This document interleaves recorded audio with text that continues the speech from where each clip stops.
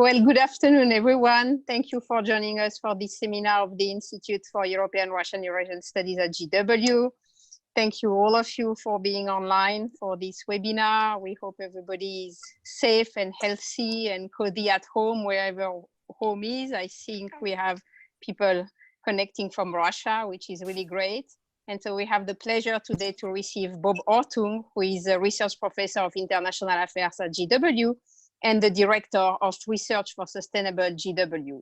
And Bob has been working on Arctic issues and sustainability issues since several years. He's the principal investigator of a 5-year NSF grant that is looking at Arctic sustainability and trying to identify the best practices that can be transferred among cities. He has been doing a great field work in Fairbanks. I think he will be presenting also on that. And he has been publishing several books that I really recommend you to look at. The first one was Sustaining Russia's Arctic Cities, published 3 years ago, already almost 4 years ago now. There is a second volume on the same topic of Arctic urban sustainability coming in a few months. And if you are interested in a broader perspective on urban sustainability and not only the Arctic, I invite you to look at his latest edited volume called Capital Cities and Urban Sustainability. So I will give the floor to Bob for about 30 minutes, and then after we will open the floor for a Q&A session. For the Q&A session, I will ask people to use the chat box, which is on the right of their screen, and to ask questions, and then Bob would be able to take questions one by one or by group, depending on how they arrived. And during the time of the presentation, if I can ask everybody except Bob to mute your mic and disable your video to be sure we don't have any feedback or noise. So thank you again for being here, and Bob, the floor is yours. All right, thank you very much, Marlene. I hope you can hear me. And very well. Share my screen with you. Let's see. So you should have the slides. Let me just click there. So thank you all for joining us for this session. And what I want to do is present a talk on the question of how sustainable are Russia's Arctic cities, and sort of look at two research questions. One is how sustainable are the Russian Arctic cities, and then sort of look into in a little more detail, how do Russia's Arctic cities differ from those elsewhere in the circumpolar north. So I hope you can all see that on your screen.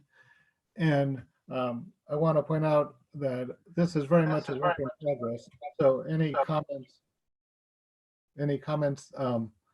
that come in, in the question and answer period in the second part of the hour, be very much appreciated and very useful for future work. So today, I wanted to break the talk basically into 3 different pieces. The first will look at the origins and trajectories of the Arctic cities. How did they get there and for what purposes? And then look at the city forms, sort of the urban structure of these places. And then look at some of the database comparisons of the Russian Arctic cities versus the ones outside of Russia, but also in the north. And so also just as part of the introduction, I want to point out, as Marlene said, that this is part of a much bigger project that's been going on for quite a while. And I'm quite lucky to be working with a lot of colleagues who are both in the US at MIT, Northern Iowa, UVA, and University of Alaska, as well as numerous colleagues outside of the United States at Moscow State, in St. Petersburg, and in Norway, in Finland, and a variety of other places. And so in addition to being a multinational project, this is also a multidisciplinary project. So even though I'm a political scientist, I've had great pleasure to work with geographers, sociologists, architects, urban planners, climatologists, a whole range of different disciplines. And so a lot of the slides that you'll see are not actually my slides, but they're part of the bigger project, and they've been contributed by a variety of different colleagues working on the project. And as I discovered through this, the architects in particular have some of the best PowerPoint slides around. So I've stolen some of theirs as you will see. So first of all, as we look at the origins and trajectories of the Arctic cities, maybe I could just ask everyone to mute your mic. Okay, so just looking at I want to, before we sort of get into the cities, acknowledge the fact that this area, the Arctic, in both Russia and outside of Russia, was inhabited by a variety of different indigenous people, going back as far as we can tell so far, at least 25,000 years. There's some evidence for that from that time period, 25,000 years ago, although there's sort of breaks in the archaeological records. So in all these places, of course, the indigenous inhabited that area. And so there were basically two groups in the Arctic, the indigenous who were there earlier, and then of course the European settlers, whether in Russia coming up north or outside of Russia. And so the first evidence we see of this kind of movement into the Arctic comes in the 1200s. There's some evidence in Tromsø, and certainly in a lot of the Russian areas, there was construction of monasteries, other outposts of Russian civilization there. But the real explorations, of course, came in the 16th to 19th century. That's when people were looking for, well, to expand the territory, and in the Russian case, obviously from Moscow out toward the east, all the way out toward the Pacific Ocean, looking for natural resources, usually furs, gold, metals, and then more recently energy, whether coal early on, and then now, of course, oil and natural gas. And then these settlements became cities, were big trading hubs, and many of them now function as sort of military outposts in order to protect the national security of the countries they're in, as well as administrative hubs administering the broader area around there. So here's a map from our GW colleague, Nikolai Shiklemanov, looking at some of the early establishment of Russian cities across the Arctic. So you can see it was quite a rapid expansion across all the way out toward Chukotka, although here not all that far, not all the way out there to the Pacific, but almost all that way. And then with of course Chukotka coming under much stronger Russian and Soviet control only really in the 20th century, but having presence there earlier. And then here's a picture of some of our colleagues working on the oil and gas development. Here, the gas development. So clearly, huge technological feats being achieved in terms of production of resources up in the Arctic. So before we jump in to discussing the Arctic cities, and particularly Russia's Arctic cities, I just wanted to give you a couple of examples of what these cities are. And so, as I mentioned, this is a very multinational project, and the Russians are quite proud for many reasons of their work in the Arctic, and particularly they were pioneers in Arctic exploration. Some of the first peoples from the European side coming into the Arctic region. They were the ones who really constructed real urban areas with big multi-story buildings, as we'll see. And in that case, developing the technology to make that possible. For example, being able to build on permafrost and building construction on pilings, so that obviously if you have a building sitting on top of ice, it's going to melt the ice. So you need to figure out a way to have your building with a warm interior without thawing the permafrost underneath it. So they came up with some of the technologies to do that. A lot of centralized heating and water supply in Russian Arctic cities, considerable public transportation, new innovations in energy supply in the nuclear area, for example, and then road and railroad construction. So what makes a city an Arctic city is really its remoteness.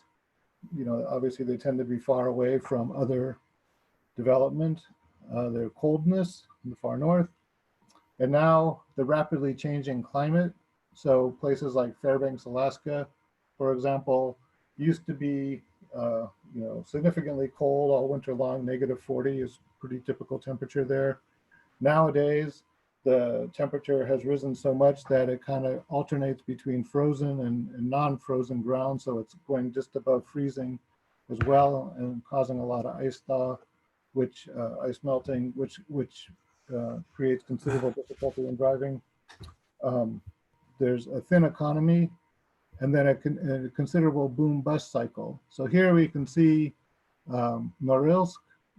So this gives you a sense of what Russian construction looks like in the Arctic, obviously similar to what Russian construction looks like elsewhere in Russia, and that's true in the United States as well. Here's Yakutsk, and it's a little bit south of the Arctic Circle, but often considered in this group of Arctic and northern cities.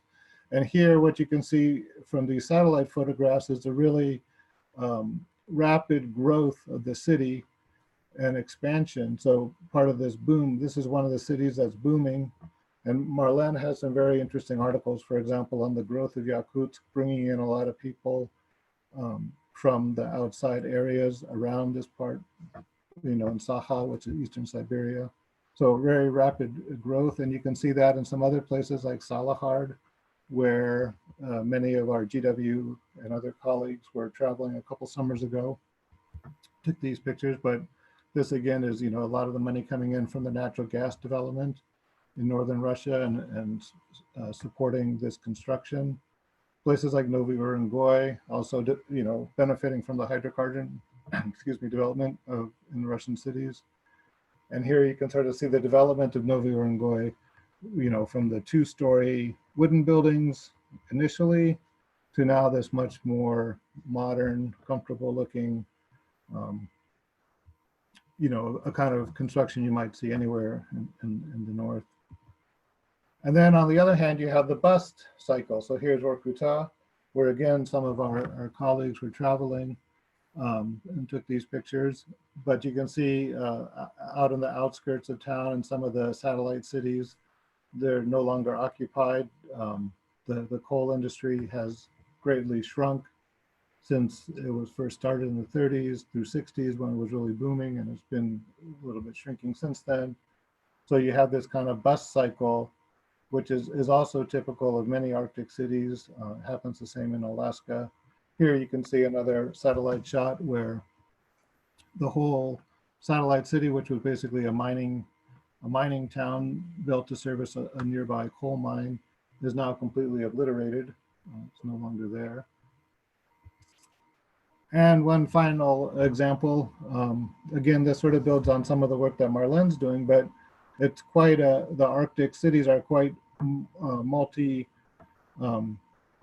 multinational in the sense that there's a lot of different groups there. They're very diverse, ethnically diverse, religiously diverse, to the extent that you're starting to see the construction of mosques in the far north as well. So that gives you a little bit of a picture. And just to summarize how Russian Arctic cities are sort of unique in the north. So Russia built rather big cities and sort of go through that again in different ways, look at that kind of data. But the cities that Russians built tended to be bigger. They tended to be in line with sort of the Stalinist ideas of conquering nature. It was more about construction, placing, human lives up in the Arctic, not so much trying to live with the natural surroundings, but putting the human construction on top of it, the built environment. Many of the Russian cities were built under socialism, so they're built differently without regard to cost or profit at the time, but obviously for the development of the socialist goals, which in this case, of course, was getting more resources. They're relatively poor in the Russian context and built obviously with fewer resources, often with forced labor. And then finally, in the post-Soviet era, what's important for the Russian cities is that they're in many cases controlled by bigger companies, especially the oil, natural gas, mining companies. They're the ones who are calling the shots for much of these Arctic cities. So let's take a look at some of the slides from our architect colleagues and look at the differences in the city form between the Russian cities and the non-Russian cities. So here you can see satellite photographs of the different Russian, European, and North American Arctic urban developments. And it's sort of going across from right to left. It's the bigger cities, ones like 300,000 people, down to the much smaller cities on the right-hand side of the screen. And so what's important here is the compactness of the Russian cities. And so you see that the development is much closer in, much more what you would expect to find in an urban environment than you see in many of the European and North American cities. So if you look at Archangelsk, for example, it has, more people than you find in Anchorage, but it's much smaller area of development, whereas Anchorage is much more widely spread out. And that kind of pattern of development repeats itself throughout the Russian Arctic cities. Playing from desktop to. Were developed on a centralized plan, and that planning emerged a lot from Moscow. So you'll see very similar constructions. And then here's another of our colleagues' pictures that shows that the way that the cities were constructed is quite different. And so if you look at the top or on the left-hand side, you see a Russian city. On the right-hand side, the North American city. And the point here is the cities are built in the form of micro-ryones, where there's the tall buildings, there's all the services are provided in those specific areas. And so you can see the little clusters of them, particularly in the downtown area. And those micro-ryones are connected in a very planned way by those arterial streets, where if you look at the North American side on Anchorage, it's very much like a Western United States city. I mean, this could be Los Angeles, it could be almost any city in California, but it's plunked down in Alaska.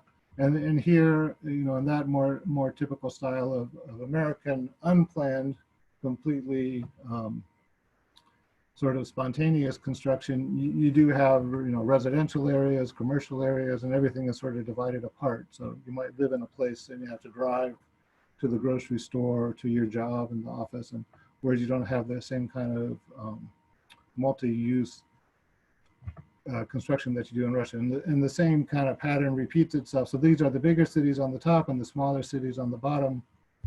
Same pattern repeats itself a little bit. So it's quite interesting, and that gives us a sense of how those cities are constructed. And so we'll see how that form plays out when we look at some of the data comparisons that we've been collecting on the different Arctic and different Russian and non-Russian Arctic cities.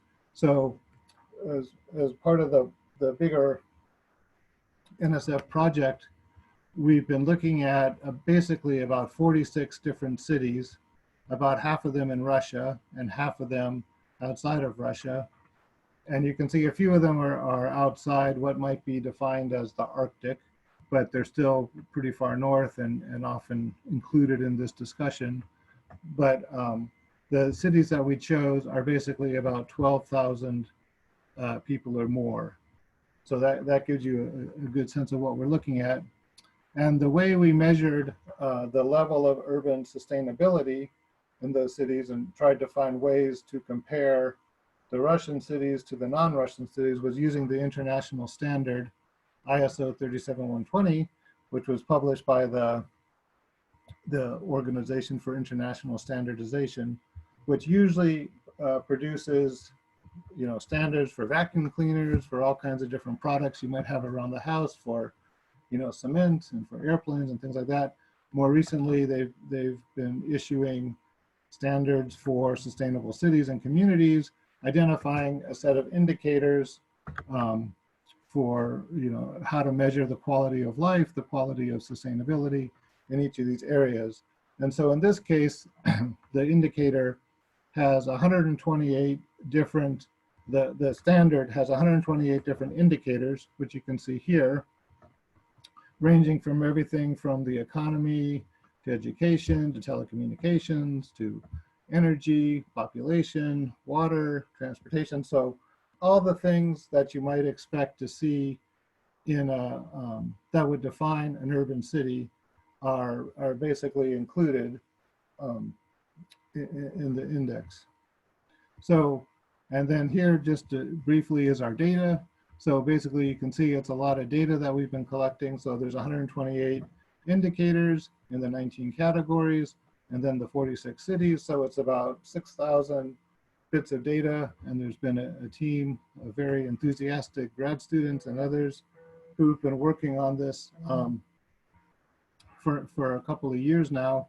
And we've managed to get most of the data, not all the data, but and of course had a lot of problems over the course of the years collecting this data. I mean, typically we try and find the data at the city level, if that's possible, and getting it from city sources. But then when that's not available, we'll use the city data from national sources. So a lot of the national, like Rosstat, the Statistical Service, and lots of other places around the Arctic. And then if those are, if we can't find the city level data, in some cases we were using the regional data and the national data and scoping it back down to the city level where we didn't have the city level data. And more recently, we've been contacting a lot of city level authorities, and our Russian colleagues have been contacting city level authorities to get some of these statistics, and they've been forthcoming. The Russian Statistical Service recently has spent a lot more time and energy trying to bring its statistics into line with international standards, and so there's a lot more effort to develop those. And then based on all the statistics we have on that huge spreadsheet you saw, some of our Russian colleagues did a very useful and effective hierarchical cluster analysis, where they tried to analyze patterns within the data and bring it down. And they were able to run the cluster analysis in such a way that we ended up with, in one cluster, the Russian cities, and in the second cluster, the non-Russian cities. And so based on that, we were able to identify the key factors that were the most significant in explaining the differences between those cities. So I just wanted to go through, I don't have all of those, there's a lot of them. There's probably about 10 or 12 that are important out of the 128. So, but here, we'll just do two or three of the most important ones. So one thing that we see in the Russian data is that men over 65 years of age comprise only 2.5% of the population in the Russian North, where in the Western Arctic cities, that number is more like 7.2%. So quite a big difference. And then of course, the trick is to figure out how to explain that difference. Is it simply a function of the longer life expectancy of a Western male compared to a Russian male, or is it also a function of the ability of the Russian government to move many of its older citizens out of the Arctic cities, obviously where it's relatively cold and relatively difficult to live, down to the more southerly places like Sochi, for example, where it's easier to survive. So that's kind of a question. So obviously the data gives us some idea of what's going on, but then we need to really do a much deeper dive into figuring out what those data points really mean. So that's kind of where we are now in part of this process. Having identified some of the key differences, need to look more carefully into explaining what those differences are. So the dependency ratio, which is sort of gives you a sense of the working age population to the non-working age population, both the 0 to 14-year-olds and the 65 and above. In the West, they make the kids and the senior citizens make up a much bigger percent of the population as we've seen here. So that's a little bit different among the cities. And also, in terms of healthcare, something we've been looking at, obviously, in the context of the COVID-19 crisis. Where do you have, looking at how countries are responding to the crisis. Russia actually, in terms of the quantities of hospital beds and the quantities of doctors, they're actually much better prepared in terms of the Arctic population than the non-Russian cities. So they have many more hospital beds, almost 4 times as many hospital beds per 100,000 population in the far north, and nearly 2.5 times more doctors. So that's an interesting statistic. What does that mean? How does the quality of those doctors compare in the West, and what type of facilities are those available?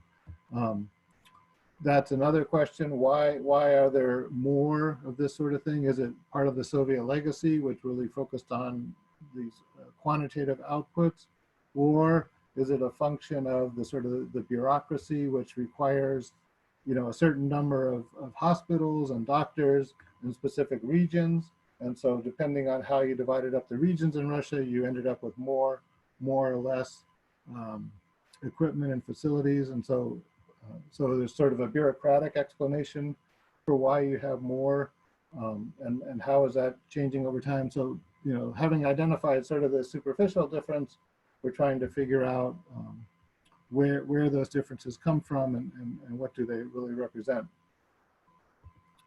One area where the Russian cities tend to do much better than the non-Russian cities is in terms of construction of sports and cultural facilities, where you find about 40% more than the median Arctic city outside of Russia. And so these are a function, here's some examples from Novi Urengoy, where one of our colleagues was doing research on sort of corporate social responsibility. So these recent facilities, quite impressive sports facilities, places to go work out, to play games inside, obviously during the cold winter months, very popular with the local population. These are products of Gazprom Neft, which built them, and sort of as part of their corporate social responsibility project, and developing a culture of sports and health in the far north. And then so obviously these are very impressive structures. There might be questions, is that really compensating for what's happening in the north in terms of the ecological damage from all the development of the natural gas and oil, like you could, just as it is in the West? Or is this really the most important need that the people are facing there? Those are other questions, but certainly in terms of the construction of these resources, it looks very impressive. Another difference that we see, and I think is in terms of per capita energy use. And here, again, the Russians look quite good, where they use about 1/5 as much energy per year. Each resident uses about 1/5 as much energy per year as the average citizen outside of Russia living in the north. And so again, that's something that we need to figure out, why exactly those differences. Is it because of the level of the economy?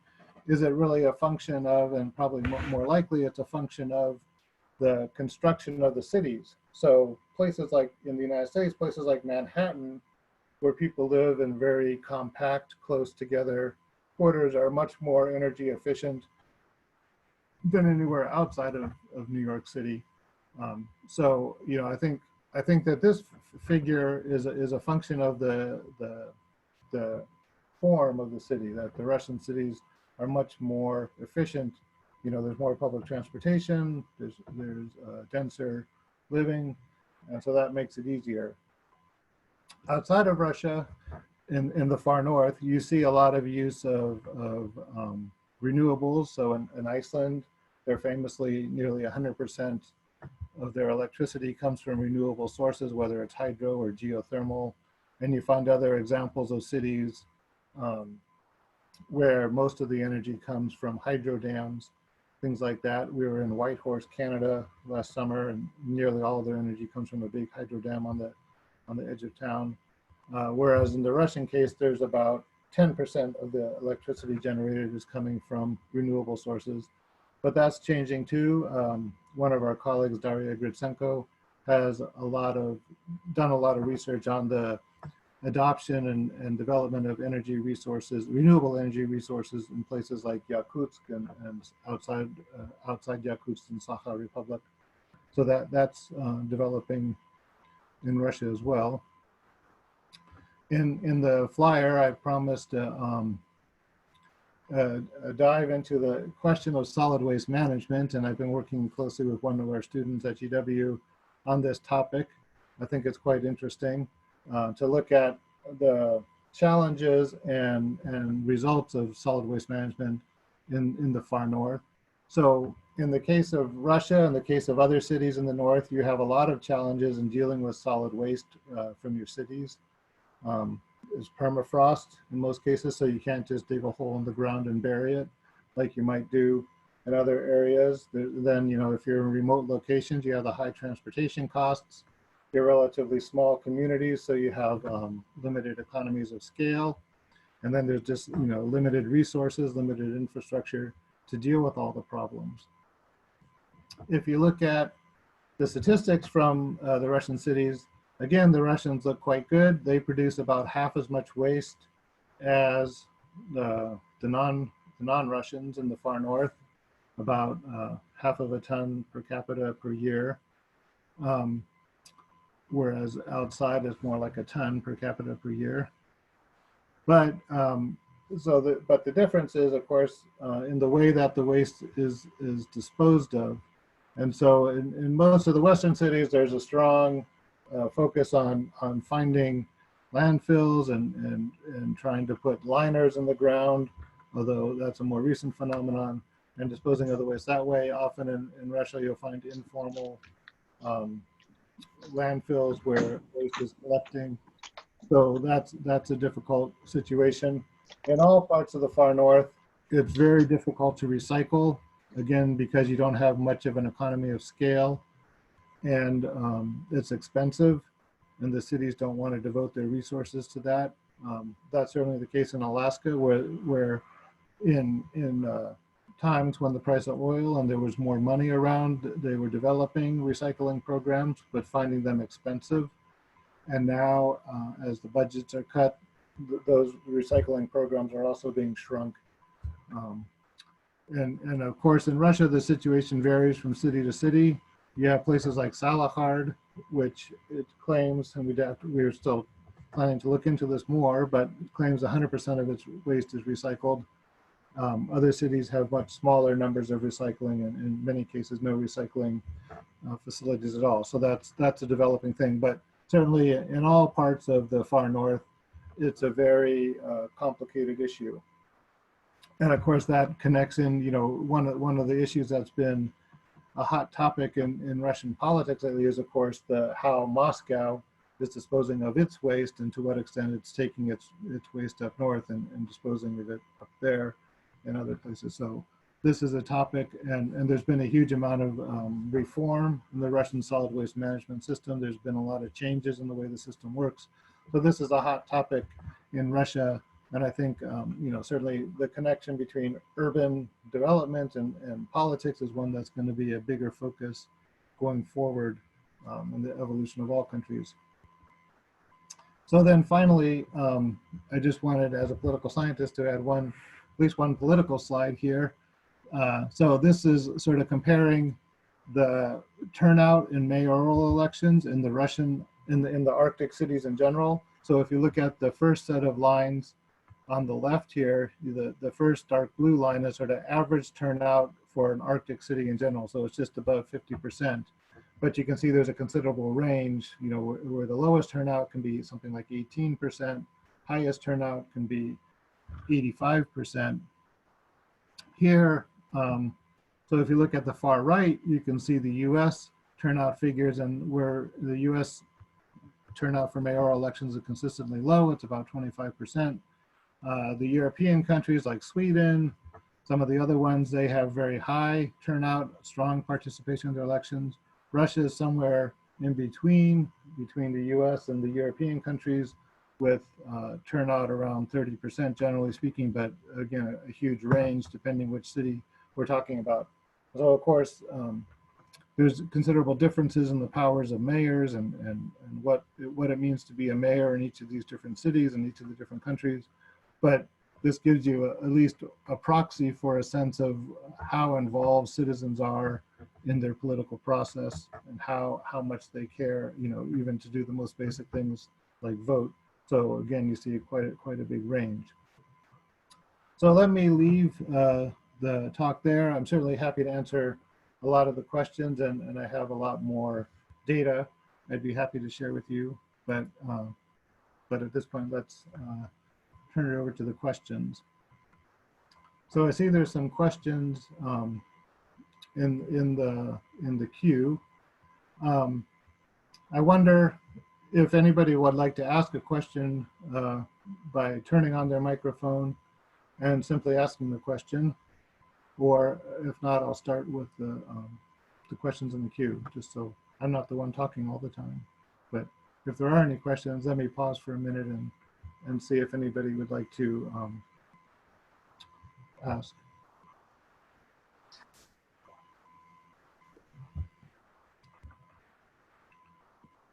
By the way, so let me, maybe as you think of more questions, let me start with the ones that are here. So starting with the first one at the top, Russia has always had more hospital beds than in the West. They've been trying to reduce that number. It would be interesting to see whether the reform has been slower in the far north. Right, I think that that's true. And I think that this is a topic that's changing quite quickly. So I think over time, so this right now, what we've been doing is collecting data on the current situation and thinking it through based on that. And then, so the next step, I think, if we get another grant, I think we'll be trying to go back over time and really evaluate the trends. So now we sort of have a snapshot of what's happening at the current times. And so I think over time, as the population in the Arctic shrinks, which we've been seeing pretty consistently over the last couple of decades, you know, the overall population has been shrinking. Obviously, in some places where there's more economic development, more oil and gas development, the population in those parts of the Arctic has been growing quite quickly. But I think the overall trend, I think, would be to reduce, except in those relatively wealthy cities, is to reduce the number, the infrastructure and the resources there. Then there's another question here. Oops. Let's see, as the questions come in, they keep zooming. Let's see, could you talk about the changing demography of Russia's Arctic cities? Are labor migrants from Central Asia and elsewhere populating the cities, or are they living largely in construction sites outside of cities and smaller towns? How are demographic changes affecting the cities? Well, this is really a question for Marlene, and I think that she's been doing a lot of research on this topic. I don't know if you want to answer that one, Marlene, or leave that. Yeah, I can just add a few words. So yeah, in the Arctic cities where extraction industry still represents a big sector, so in cities where the economy is going pretty well, you have a lot of migrants coming from Central Asia or from the Caucasus, or internal migrants coming from North Caucasus, who are living in these cities. They don't live in barracks separated. They live in some neighborhood inside the city. So they are kind of fully citizen, resident of the city, but usually they live in the poorest neighborhood. So depending on the city, that's interesting. Sometimes you can notice some kind of segregation, almost an ethnic segregation. Sometimes you don't have it. For example, in Murmansk, you have a lot of labor migrants. They are living all over the city. So you cannot really identify specific neighborhood that would be kind of migrant neighborhood. In some other city like Norilsk, you really have a geographical segregation inside the city with migrants, especially those coming from North Caucasus and Azerbaijan, living in the poorest part of the city, poorest in the sense that it's the part of the city that is in front of the the extraction industry that is receiving all the very kind of smelly and polluted winds coming from industries. And the migrants are really impacting a kind of everyday life in Arctic cities, because you can notice that they are the ones who are like displaying, selling fruits, vegetable, taking care of supermarket chain, having all the kind of second-hand industry. So they really play a key role in the kind of everyday social fabric of an urban Arctic cities, what you can buy, what you can find, what kind of, exotic fruits or vegetable you can find in the middle of nowhere and no rails, for example. But they are quite well integrated into the city, geographically speaking, even if there are a lot of also kind of segregation, cultural segregation, and economic segregation going on. Thank you very much, Marlene. So Marlene, of course, part of the project that we've been working on for several years now. And that's really, really excellent. There was another question from Marjorie, I think here, looking at unemployment in Russia's Arctic cities and also the issue of company towns. So let me take a look at that. We have a lot of data on unemployment, and off the top of my head, I can't remember exactly what it was showing, but I think the unemployment levels were, that's a very hard thing to measure because it's not really clear what the data is telling you. But the one of the figures that wasn't one of the major differences that came out of our cluster analysis, but one of the major differences was on this factor of this question of company towns. And in one difference between the Russian cities and the non-Russian cities in the Arctic was that you have 3 times as many enterprises per 100,000 population in the non-Arctic city, in the non-Russian cities as you do in the Russian cities. So there's many more businesses, many more entrepreneurs, much more entrepreneurial activity in the non-Russian cities. And so that's an interesting finding. One of the things we were hoping to do this summer was to travel to different parts of Sweden and Norway and find out, visit some of the cities where there's a very high concentration of entrepreneurship and try and understand what it was that was driving that entrepreneurship there. But what you do see, and when some of our colleagues were recently in Vorkuta and Salahard, that there was a much stronger presence of small business and sort of single entrepreneurs operating in Vorkuta than elsewhere, and partly out of desperation because obviously the main coal mines had been closing down, and so you start to see a lot of informal businesses setting up, cafes, people selling things on the street. So sort of the beginnings of that kind of entrepreneurial culture, but it wasn't, it wasn't necessarily going to develop into bigger businesses and a more healthy economic environment. So let me go on to some of the next questions. Let me see here, read this. And if anybody would like to ask, I'd certainly welcome if you feel brave enough to turn on your microphone and or camera. Happy to have some questions that way. But then here's another one. How might the cities you are studying be directly involved with the new Russian climate change action plan? So that's a good question. Well, I don't know the answer to that directly because I haven't seen much discussion of that, but some of our colleagues, Alexander Sergunin in particular in St. Petersburg, has done a lot of work on the sustainability plans that each of the individual cities has been putting out. And so each of those cities has done extensive work. Almost all the Arctic cities and all cities in Russia in general have done a lot of work, either hiring consultants or on their own, putting together sustainability plans where they lay out some of the features that they'd like to develop over time, whether it's new transportation systems or solid waste management, all kinds of things. The question, of course, is whether those plans ever get implemented into any sort of effective policies. And so that's the real question. There's a lot of stuff on paper. A lot of these plans exist online, but not a lot of them are being implemented. So that's kind of disappointing. But at least in terms of thinking some of this stuff through, that's been going on a lot. You know, and as Russian colleagues will tell you, they've been doing research in Russia on climate change since the early 60s, you know, long before it became fashionable to talk about those topics. So they have extensive knowledge of what's happening. From the Russian perspective, of course, it's sort of a mixed blessing that obviously in some of these places it might be nicer to have it a little warmer, but it's not clear what the overall impacts are going to be and how that's really going to work. So, so let me leave that one there. Another question is, I was wondering if you could talk about how waste dumping is affecting human health. That's a good question.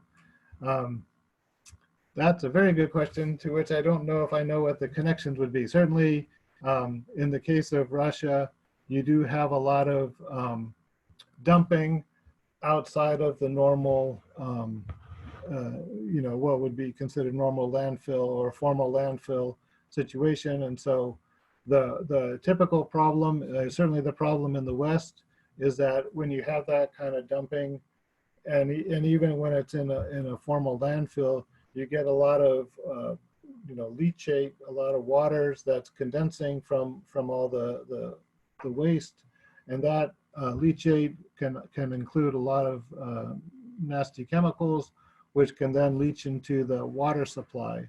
So that's a problem in many parts of the West, in the northern cities in the West. For example, in the city of Whitehorse in Canada, they found that they were dumping so much food waste into their landfills that it was creating a lot of this leachate, and then it was creating a lot of liquid, which was then flowing into they didn't have a lined lined landfill, so the leachate was bringing a lot of these chemicals into the local water supply. And so they set up a huge composting program. And so now it's one of the few places I've seen where there's you know, curbside composting in the Arctic.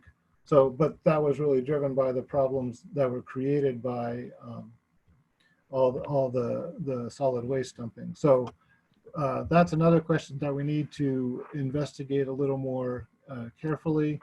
It's probably pretty hard to identify specific connections between the specific problems with the landfill out to health issues, although I'm sure that you could if you were had enough data to do that. But that would be something that would be very interesting to look into in further detail, how the difficulties with the landfills are affecting human health. So let's look at the next question. So our next question is, could you please speak to how Russia is dealing with thawing permafrost challenges to infrastructure, pipelines, roads, etc.? So I don't know if Dima is still on the line. I could ask him to take a crack at that one. That's a pretty difficult topic that colleagues at GW have been working on for a long time.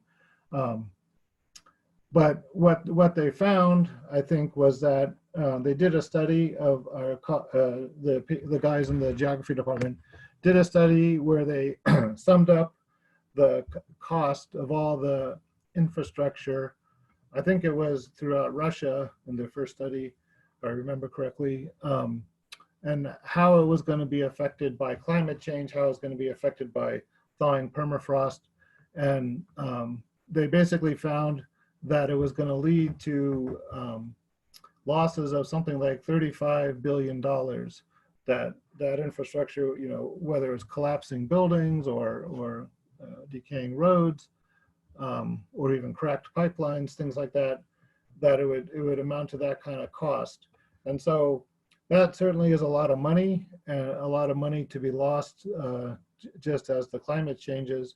It's to put it in perspective, as I always tell them, it's not quite as much as the Sochi Olympics cost, because they were about $55 billion.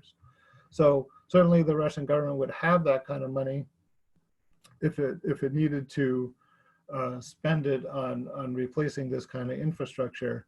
But the problem, I think, there, though, is that even though the cost is not an astronomically big number, it's really affecting a lot of communities that might not have the resources to address it. I mean, certainly the energy companies are going to be able to replace their pipelines and whatever roads they need to continue production of oil and natural gas. But if we're talking about the communities that where perhaps you have buildings collapsing or roads decaying, those are going to be in the most difficult situation, and they're not necessarily going to have the resources that they would need to replace the infrastructure that's lost. So even though the numbers don't look very big, they're particularly hitting people that would be more vulnerable. So let me see, there's a couple other ones. I'm curious about your sense of sustainability of cities across the Arctic region as a whole. We see very little investment in Arctic cities in North America, whereas Russia seems to be attempting to build up cities' economic infrastructure, like deep sea ports and defense infrastructure, as part of a long-term policy of establishing their claims to resources and access to the Arctic. Is that sustainable? What environmental concerns does that raise? Should the US, Canada respond in kind? Okay, so that's a very good question, and often in this context, not so much, but when talking in general, we're looking at US-Russian relations. The question frequently comes up, the Russia seems to be building up in the Arctic, especially expanding its military, and doing all these other things, planning for a time when there's likely going to be more shipping across the northern sea route as Japan and China start to send more goods to Western Europe, and instead of sending them through the Suez Canal, they might be sending them up north. But you have to remember that the size of the Russian economy is only a fraction of the size of the US economy and a fraction of the size of the EU economy. It's more on the level of the Netherlands. So there's simply not a huge amount of money to put into that kind of infrastructure construction. So I think in many of these cases, it's a little more rhetoric than it is actual construction on the ground. Certainly there's been some high profile projects, and there's more energy development in the far north in Russia than we've seen lately. But I think, I don't think it is sustainable. And if you look at obviously the current situation, no one knows what the future holds at this point. There's so much uncertainty due to the pandemic. But Russia does seem to be in trouble in terms of the low oil prices. That's going to make it much more difficult to continue investment. And at the same time, over the last, even before the pandemic started, you've had a very strong slowing in the improvement in the quality of life overall in Russia, with a slow growing economy, about 1% a year, compared to a couple, like maybe 2 or 3% in the US, something like that. So the resources simply aren't there, and it's unlikely that the US and Canada would be able to invest resources, at a similar level, or much more than what they're doing now. I mean, certainly there's been a lot of pressure from the Alaska delegation, the senators, the congressmen, pushing federal government to expand military development in the Arctic, in Alaska, that sort of thing. But it's not really clear that there is going to be the resources for that, and that the federal government's going to want to spend more money up there. And of course, in Alaska in particular, and Canada to some extent too, the drop in oil prices is having a major impact on the local economy. So there's little hope for much more expansion up there. And in fact, we might start to see some contraction in the near future. Bob, I see that there are two people who would like to ask directly question. I saw Kyle raise his hand, and then after would like to give the floor to our colleague from the Komi Republic, Georgi Koshunov. So maybe we can have Kyle first. Okay. Kyle, can you unmute? I might have just answered his question. Yes, hi Bob. Good to see you again, and welcome, welcome from Alaska. So yeah, I was asking this question, and I realized after I typed it that the terminology could be potentially problematic, because I was asking like a multi-part question. So, and you did answer most of it, but I would specifically like you to comment on the environmental side again. So the economic viability of cities in the Arctic is one kind of theme of research and literature. But the other is also this kind of question of long-term environmental impact. Are the coastlines in the Arctic conducive to infrastructure development like deep sea ports? And what's the long-term impact of that level of activity in the Arctic as a type of shall we say, environmental area. And then the second would be kind of the long-term implications of Arctic cooperation. So we've seen kind of waxing and waning of Arctic cooperation versus competition over the years. And it would seem to me that the Arctic is such a challenging region to live or build or exist in that if there was going to be sustainable cities, would require greater cooperation rather than competition. And so I'm also wondering about just what you see about the potential viability or sustainability of long-term cooperation amongst the Arctic countries, as well as associated actors like China or Japan, which are not on the Arctic themselves per se, but which are actively engaged in things like fishing or resource extraction. Mm-hmm. Thank you. Okay. Yeah, that's great. Those are two very good questions.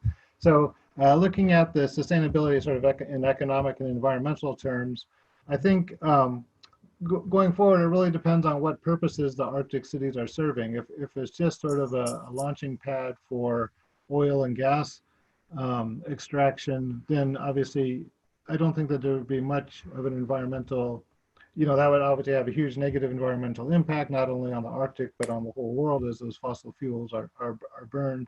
So that doesn't seem like it has much of a long-term future, especially if you assume that there's going to be some kind of energy transition in the next 25, 30 years as we start to develop more renewable sources. But I do think, and this is what we were working on before the COVID-19 crisis, was the problem of tourism and over-tourism in Arctic cities. And so I think if you do find a sustainable way for cruise ships and other forms of tourism to come through the Arctic, especially in the coastal areas you mentioned, that could be a much more sustainable way for the economies to develop. I mean, there's going to have to be some kind of business up there, and tourism seems like a logical one if it's possible to do it in a sustainable way. But that again is a victim of incredible amounts of uncertainty. Thanks to the COVID crisis, obviously the cruise ships aren't going to be coming to the Arctic this summer. It's going to be quite a blow because places like Juneau, Alaska, where you have a population of 30,000, had been anticipating to receive something like 1.3 million tourists this summer coming in on the cruise ships. And that's obviously a strong piece of their economy. And now that's not going to be there this summer. It's going to be, there'll be smaller cruise ships, that, but it's going to have a much less of a economic stimulus effect. Just quickly on the international cooperation, I mean, I think, the Arctic sometimes is seen as being separate from the rest of the world. Certainly the Arctic Council and international cooperation continued even after Russian invasion of Ukraine in 2014. But it does seem to be changing now. I mean, obviously Pompeo at his last, Secretary of State Michael Pompeo at his last speech at the Arctic Council, I think it was in Finland in May 2019, was stressing that, it shouldn't be about the environment and sort of cooperative things. It should really focus on military issues, which was not what the Arctic Council was set up for, and quite a change in the tone that, secretaries of state or people at that Minister of Foreign Affairs level would use in the Arctic Council. So it seems like there is little prospect for cooperation. Although again, some of our colleagues like Alexander Sergunin in St. Petersburg has done a lot of good work on city twinning processes and sister city ties, those kind of things. And certainly Alaska had a lot of ties with Russian cities in the far east of Russia in the 90s, but that's kind of dried up. So, it needs to have a more of an economic basis than there was, and there has been there. So I think we have time for the one more question. Yeah, I think our friend Georgi Koshunov had a question. Georgi, can you unmute your mic? Yep, Marlene, Hello, Robert. welcome. Dear participants, greetings from high north of Russia, exactly from that, northern region of which is the topic of this seminar. Robert, first of all, it's very great material, great research. Thanks for all contributors, for all folks, all academic assistants who helped to provide this research. And for last 11 years, I was Vice President for External Affairs in Ukhta State Technical University. It is oil and gas university on high north of Russia. And for last 5 years, it was until last year. For last 5 years, I was a member of working group on science and education for State Commission on Arctic Development Issues in Russia. And I would like to ask two questions to you. First of all, I would like to note several, I think, important issues. First of all, you mentioned, I was very interested to know what the waste, number of waste management and waste level of Russian cities are less than in non-Russian Arctic cities. But I think it should be also compared to the level of economical activities in these regions, because it's, as you know, it's very strictly connected to each other. One of the participants, Kelly, mentioned that, asked about migrations from Central Asia. But I would like to notice that, as you might know, especially in Arctic regions in Russia, international migrations is very well controlled by Ministry of Internal Affairs.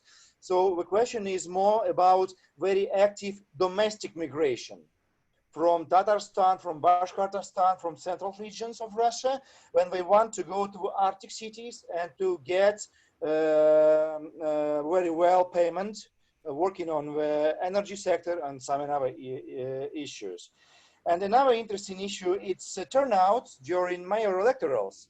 I would like to mention that, as you might know, that in many Russian cities, mayors are still elected not by people. They are elected by members of city council. So this part of research should be developed in more wider scale in taking to the political parties elections and governmental elections. So you will have very interesting picture of Russian domestic political climate in that sphere. But my two questions. One important issue is demographical gap.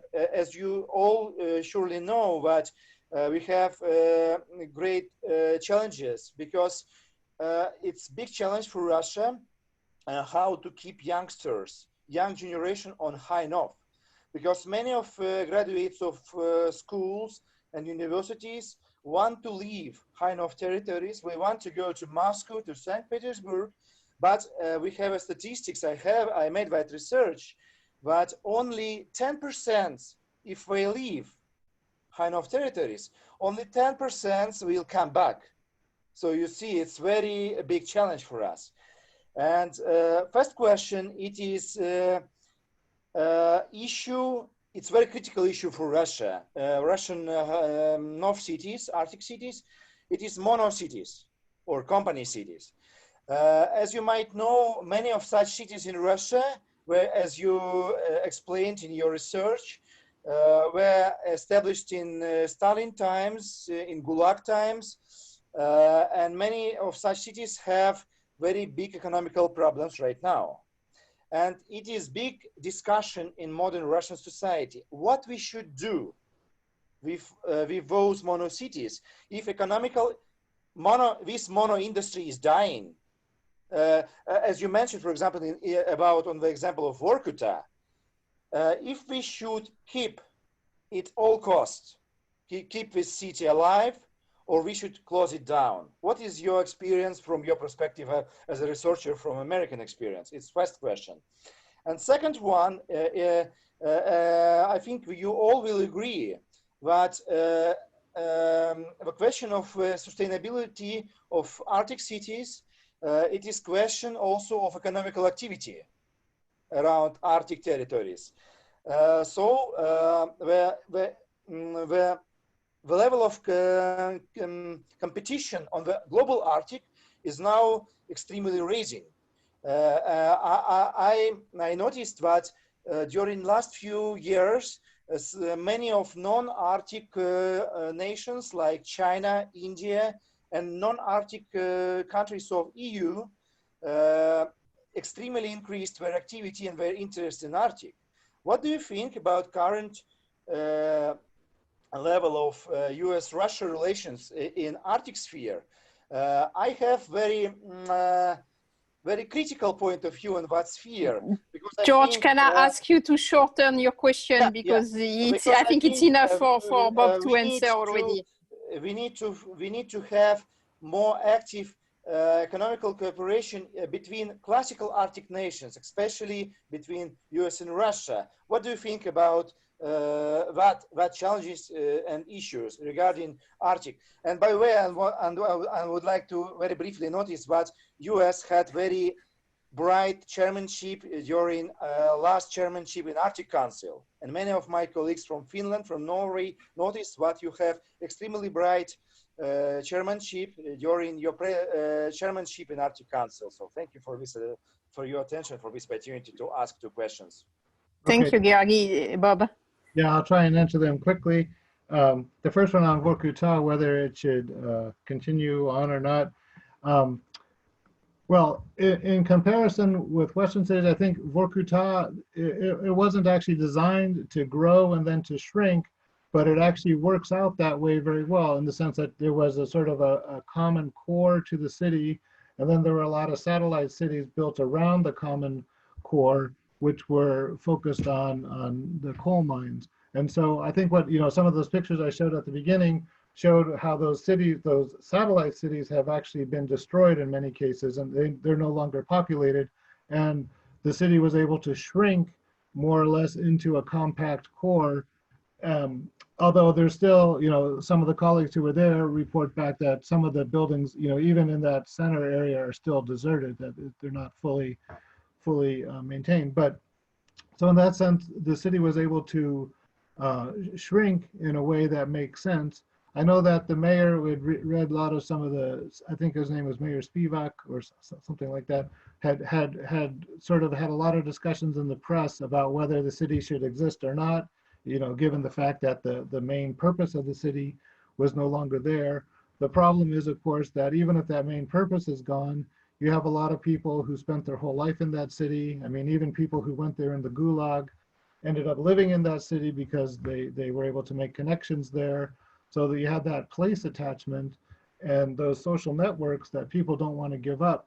And so often the case is that those people don't have the resources to move. So for a variety of reasons, people end up staying in those areas. And we see that in Western Arctic cities as well, that, even when there's no more jobs, people tend to stay in those regions just because of that. So even if you wanted to close the city, I think it would, and tried to do it, which I don't think anyone is doing, it would be a very, very difficult process. In terms of US-Russian Arctic cooperation, I think you know, the one bright spot here would, you know, I think economically, politically, it's going to be very difficult for there to be much cooperation. Although, if the sanctions are ever removed, you know, if there's some resolution to the Ukraine crisis, which is hard to see how that would work. You know, there's always possibilities for cooperation with the offshore oil and gas development. That's where the sanctions are really most impactful, I think, for Russia. But, you know, maybe a more sustainable and productive area would be sort of scientific cooperation, and that's that's what my colleagues and I are recommending in a new article in the Russian Analytical Digest that should come out in the next couple of weeks. But we're kind of looking at, you know, there's always been scientific cooperation between our countries. You know, even in the depths of the Cold War, the scientists always found ways to work together on issues that are important. And there's certainly lots of important issues, whether it's from the pandemic or climate change or further development of the Arctic in a sustainable way. Lots of issues that we could all work on productively together. So I think, you know, to get off of the zero, you know, sort of zero cooperation, you know, we should expand. There already are good, you know, as we see today, good connections between US and Russia and other countries, but we should really work on developing those scientific connections and figure out the problems that face us all, and work on those, including in the Arctic. So that sort of leaves me with an optimistic note to hand the floor back to Marlene. Wonderful, Bob. Well, thank you so much. It was really a rich presentation and a rich discussion. I think we could have continued for long. So I wanted to thank you for making that presentation. Thanks also everybody for participating, including our colleagues from Russia, because it's already late in Russia now. So thank you all for being here. Thank you, Bob, for publishing so much on that issue. And please all stay safe and stay in touch. We will have other seminars next week looking at Ukraine and the pandemic crisis, and then the week after looking at Tajikistan and at Russia. So please stay in touch with the Institute. Thank you, everybody. Thank you again, Bob. Oh, bye. Bye-bye.